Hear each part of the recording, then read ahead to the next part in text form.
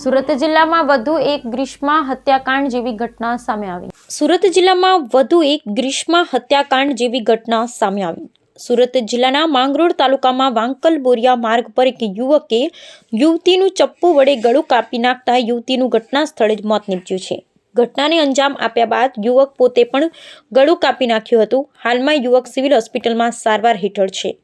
સુરત જિલ્લાના માંગરોળ તાલુકામાં ગ્રીષ્મા હત્યાકાંડ જેવી ઘટના સામે આવી છે.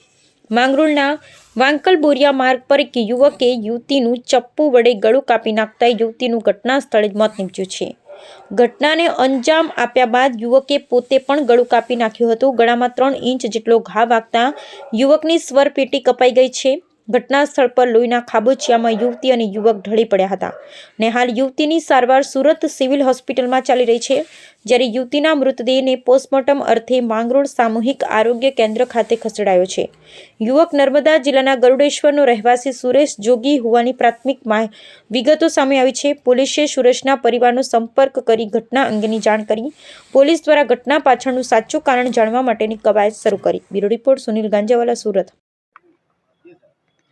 आज सुबह गुजराती के हिंदी आज सवारे 9 वागे માંગરોળ પોલીસ સ્ટેશન ના વાંકલ આઉટપોસ્ટમાં વાંકલ ગામની 500 મીટર અંદર રસ્તા ઉપર 20 થી 25 વર્ષની ઉંમરના બે યુવક અને યુવતીને ગળાને ભાગે ઈજા થયેલાની હકીકત મળતા તાત્કાલિક ધોરણે પોલીસ ઘટના સ્થળે પહોંચી ગયેલ છે અને ઘટના સ્થળે જતા લડકી મરણ ગયેલ છે. એનું ઇન્ક્વેસ્ટ અને ફોરેન્સિક પીએમ કરવામાં આવી રહેલ છે તથા છોકરાને અહીં તાત્કાલિક સિવિલ હોસ્પિટલ ખાતે સુરત રેફર કરવામાં આવેલા છે અને એની છોકરાની ટ્રીટમેન્ટ ચાલુ છે.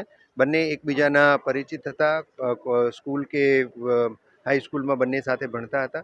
છોકરી કોલેજ કરતી હતી અને છોકરો અત્યારે જે છે એ બીજા કોઈ કામમાં હતો એવું હાલ પ્રાથમિક દ્રષ્ટિએ જાણવા મળેલ છે. પોલીસ તમામ વિગતો અત્યારે વેરીફાઈ કરી રહેલી છે અને ઘટનાનું કારણ શું છે એ જાણવા માટેની પણ પોલીસ દ્વારા તમામ પ્રકારના પ્રયત્ન થઈ રહેલ છે.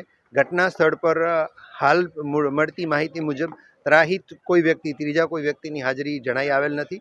તેમ છતાં પોલીસ આજુબાજુમાં તપાસ કરી અને ઘટના વિશે માહિતગાર થઈ અને આગળની કાર્યવાહી કરી રહી છે.